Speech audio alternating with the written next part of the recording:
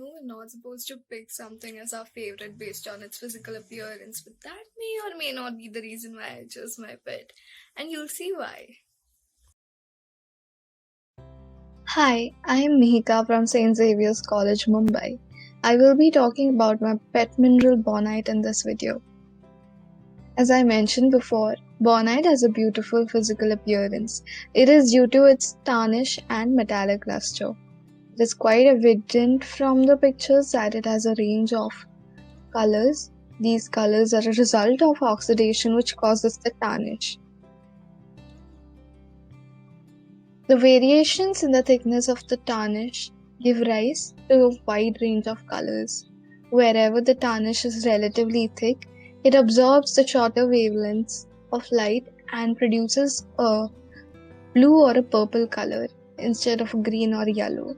And wherever it is relatively thin, it absorbs longer wavelengths of light, reflecting out red, yellow, or green color.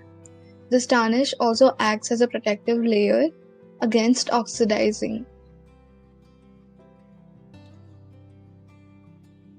Bonite is a copper iron sulfide. Some other properties of bonite are that it is magnetic when it's heated, it is a good conductor of electricity, and it is a soft mineral with the hardness of only 3 on the Mohs scale of relative hardness. The streak is grayish-black in color.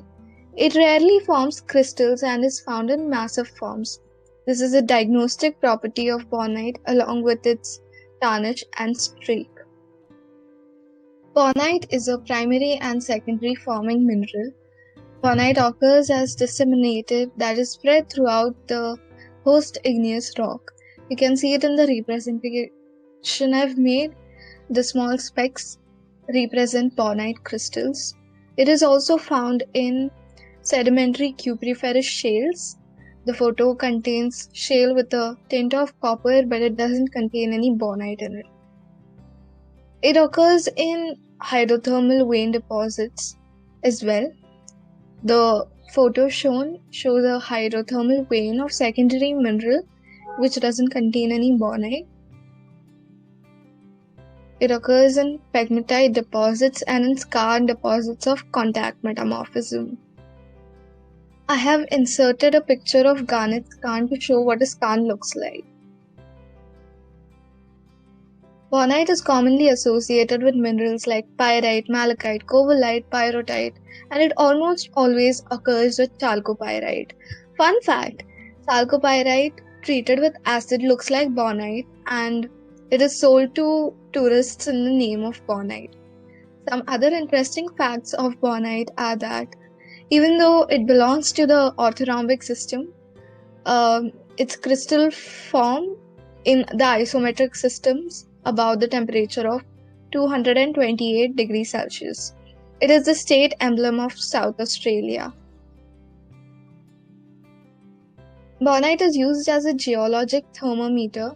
Now, what is a geologic thermometer? A geologic thermometer is a mineral that gives information about the temperature of the formation of the deposits it's found in. Many criteria can make a mineral a geologic thermometer. For bonite, it is the formation of egg solutions. Egg solutions are formed by unmixing of two solid solutions in which distinct intergrowths of minerals are formed at a certain temperature. The unmixing temperature of bonite with tetrahedrite, chalcocite and chalcopyrite are given on the slide. Galore Creek at British Columbia and Bingham Canyon in Utah, with noteworthy amounts of bonite, are characterized by the temperatures from 450 degrees Celsius to 550 degrees Celsius.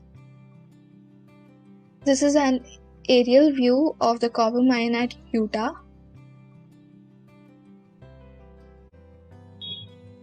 Lastly, the uses of bonite. Bonite is an ore mineral. It is found in copper deposits and has 63% copper by weight. Hence, it is majorly used as a copper ore. Not so much of a use, but it is also a collector's mineral. Hoping you enjoyed listening about my pet. This is all for now. Thank you for listening. The further slide contains the credits.